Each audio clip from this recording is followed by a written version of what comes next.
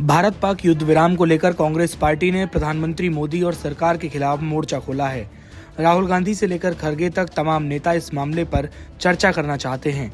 वहीं कांग्रेस के कई नेताओं को इस समय इंदिरा गांधी की याद आ रही है। इंदिरा गांधी की अलग अलग तस्वीरें सोशल मीडिया पर वायरल हो रही हैं और कांग्रेस इस सीज फायर को लेकर कई सवाल खड़े कर रही है। कांग्रेस का कहना है कि ये जो मध्यस्थता हुई है, क्या इसे भारत सरकार ने स्वीकार किया है? अमेरिका ने किन शर्तों पर इस प्रकार की घोषणा की है? ये बहुत बड़ा सवाल है।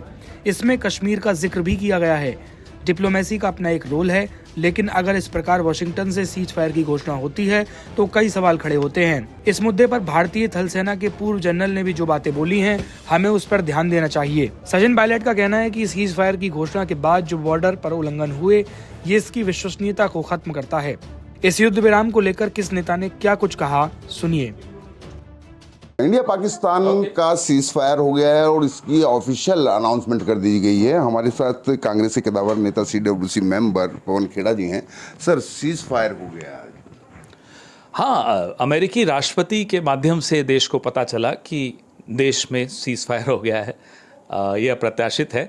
कांग्रेस पार्टी अपनी मांग फिर से दोहराती है कि एक विशेष सत्र संसद का बुलाया जाए, ऑल पार्टी मीटिंग बुलाई जाए। कई सवाल हैं। देश ने क्या खोया, क्या पाया, क्या पहलगाम के जो आतंकी हमले के शिकार हुए हैं उनके परिवारों को न्याय मिला? ऐसे अनेक सवाल हैं जिनका उत्तर सिर्फ स्पेशल सेशन में ही मिल पाएगा। एक इंदिरा गांधी जी को लेकर बहुत आपका ट्वीट चल रहा है, लगातार लोग भी उसको देखिए, ये देश के मन की भावना है। देश आज इंदिरा जी को बहुत याद कर रहा है, शाम को 5:30 से लेकर अब तक। और वो क्यों याद कर रहा है आप भी समझते हैं।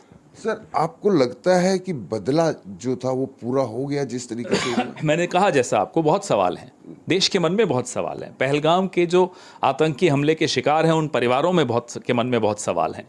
उन तमाम सवालों का जवाब सिर्फ और सिर्फ विशेष सत्र संसद का बुलाया जाए, उसी में हम सवाल पूछेंगे और उसमें जवाब की उम्मीद करेंगे। विशेष सत्र की मांग कर रही है कांग्रेस पार्टी की। एक सर्वदलीय बैठक बुलाई जाए और एक विशेष सत्र बुलाया जाए और जिसमें ये तय किया जाए, ये पूछा जाए कि आखिर इस लड़ाई में, इस वार में हमने क्या खोया और क्या पाया। कैमरामैन नितिन के साथ विनय सिंह, न्यूज़ 24 दिल्ली। 1971 में भी जब युद्ध छिड़ा था तो अमेरिका ने कहा था कि हम बे ऑफ बंगाल में अपना 7वां बेड़ा भेज रहे हैं। We will deploy the 7th fleet. That's what the Americans said. But despite that, the then government and Indira ji went ahead and did what was in our supreme national interest. आज हम उनको याद करते हैं कि वो नेतृत्व ऐसा था जहां पर नेशनल इंटरेस्ट को सबसे ऊपर रखा गया।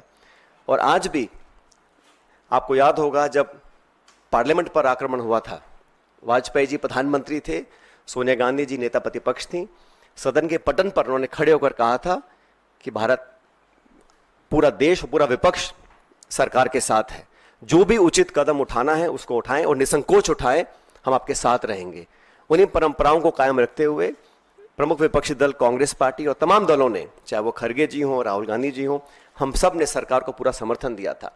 लेकिन इस प्रकार जो सीज फायर की घोषणा अमेरिकी राष्ट्रपति करते हैं, कुछ घंटे के बाद उसको वेरीफाई पाकिस्तान और इंडिया करते हैं, तो कहीं ना कहीं इस कश्मीर मुद्दे पर भी जो स्टेटमेंट्स आए अमेरिका की तरफ से, उस पर सरकार को अपना पक्ष रखना चाहिए। कांग्रेस की प्रवक्ता सुप्रिया श्रीनेत इंदिरा गांधी की एक तस्वीर पोस्ट करती हुई लिखती हैं, अमेरिका की आंख में आंख डालकर पाकिस्तान के 2 टुकड़े करके विश्व का भूगोल बदल दिया था। ऐसी थी इंदिरा गांधी। पवन खेड़ा इंदिरा गांधी की तस्वीरों को पोस्ट करते हुए लिखते हैं, हिंदुस्तान इंदिरा गांधी को याद करता है। इसके अलावा छत्तीसगढ़ के पूर्व मुख्यमंत्री भूपेश बघेल इंदिरा गांधी की तस्वीर पोस्ट करते हुए लिखते हैं, जब तक तोड़ा नहीं तब तक छोड़ा नहीं, इंदिरा गांधी अमर रहे, आयरन लेडी। एक अन्य यूजर लिखती है, remember her name Indira Gandhi, no one can match her aura, the strongest PM of India. एक दूसरा यूजर लिखता है, भारत को इंदिरा गांधी के जैसा प्रधानमंत्री कभी नहीं मिल पाएगा, जिन्होंने पूर्वी पाकिस्तान को अलग कर बांग्लादेश बनाया था और 1971 में 93,000 पाकिस्तानी सैनिकों को उनके सामने सरेंडर करना पड़ा था। इसके अलावा सुप्रिया श्रीनेत एक और तस्वीर पोस्ट करती हुई लिखती हैं, इंदिरा गांधी होना आसान नहीं है। वहीं आज के युद्ध विराम पर जयराम रमेश का कहना है कि वाशिंगटन DC से आई अभूतपूर्व घोषणाओं के संदर्भ में ये राष्ट्रीय आवश्यकता बन गई है। प्रधानमंत्री एक सर्वदलीय बैठक की अध्यक्षता करें और देश के राजनीतिक दलों को विश्वास में लें ताकि संकट की घड़ी में राष्ट्रीय हितों की रक्षा सुनिश्चित की जा सके। संसद का एक विशेष सत्र बुलाया जाए जिसमें पिछले 18 दिनों की घटनाओं, विशेषकर पहलगाम में हुई बर्बर आतंकी हमले से लेकर अब तक की स्थिति पर विस्तार से चर्चा की जाए और आगे की दिशा तय की जाए ताकि देश एकजुट होकर सामूहिक संकल्प का प्रदर्शन करे। नमस्कार, मैं हूं मानक गुप्ता।